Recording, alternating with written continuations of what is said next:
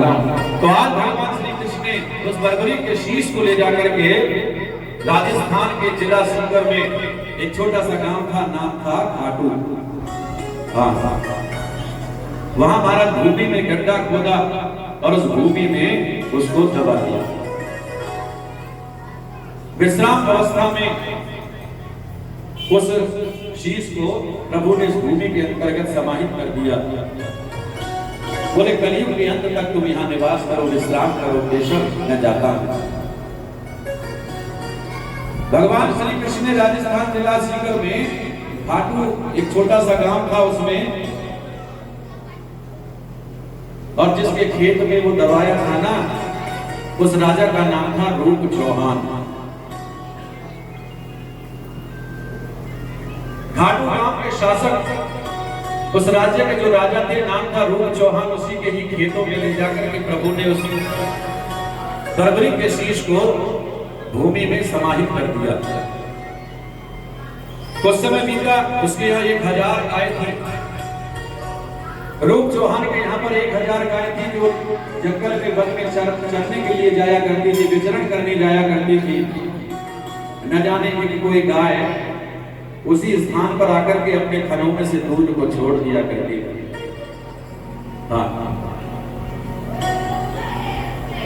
सभी गौओं का जब दोहन किया जाता था सायंकालीन, तो उस गाय के दूध से, उस गाय के थन से दूध ही नहीं निकलता था। अब कई दिन हो गए तो राजा ने सोचा कि मैं स्वयं जाकर के देखूंगा।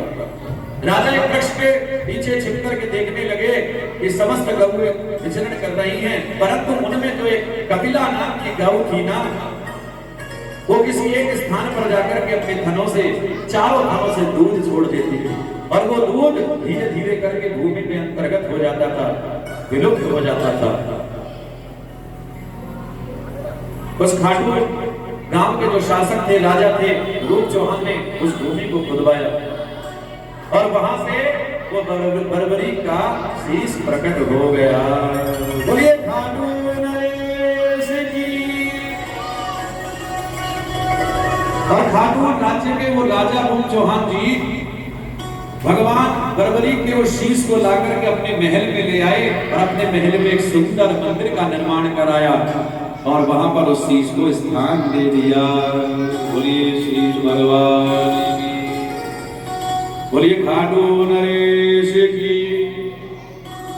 तो आज भी आप खाटू में जो दर्शन करने जाते हैं ना, वो जो प्रांगण है, वो जो एरिया है ना, वो रूप चौहान जी का स्वयं का अपना घर है।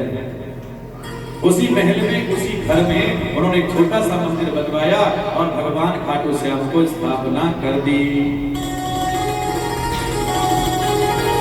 लेकिन कलयुग के आते आते वो शीश एक शिला में प्रकट हो गया, वो एक शिला में बदल गया। हाँ, तो वो शिला आज भी खाटू श्याम के नाम से पूजी जाती है। और वो शिला कौन सी थी? जिससे प्रभु श्री राम का मंदिर बनाए अयोध्या में, शालिग्राम शिला। हाँ, क्योंकि कहते हैं ना, शालिग्राम शिला में स्वयं परात्पर नारायण का वास होता है, उसमें आवाहन और विसर्जन नहीं करना पड़ता। तो शालिग्राम के रूप में आज खाटू नरेश प्रकट हो गए। बोलिए खाटू नरेश की।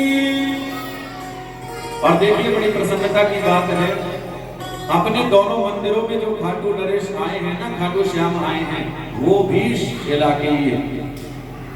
हाँ, वो भी शालिग्राम शिला के ही आए महाराज। ये शालिग्राम शिला बड़ी पवित्र होती है। हाँ, तो शालिग्राम शिला के ही खाटू नरेश है, जो कि मूर्ति प्राण प्रतिष्ठा के रूप में हम सभी की पूजा करने जा रहे हैं। इसमें साक्षात नारायण वास करते हैं। हाँ, तो खाटू में आज रूप चौहान जी ने अपने स्वयं के घर में एक सुंदर मंदिर बनवाया और वहां पर बर्बरी के शीश को प्रकट करके उनका पूजा कराई, अर्चना कराई, दूध से अभिषेक कराया और महाराज स्थापित कर दिया। बोलिए खाटू नरेश की। अब भजन करने का मन होता है। तुरंत महाराज हाथ में माला ले ली और वहां से अपना महल छोड़ करके, अपना राज्य छोड़ करके सीधे जंगल की ओर प्रस्थान कर गए। और उस खाटू गांव का मालिक, खाटू गांव का स्वामी, खाटू नरेश को बना गए, यानी भगवान श्री वाल्मीकि को बना करके चले गए। तो आज यहाँ पर एक नाम बरबरी का खाटू नरेश पड़ गया। बोलिए खाटू नरेश की। और सभी ग्रामवासियों द्वारा भगवान खाटू श्याम को बड़ा सुंदर अभिषेक किया गया।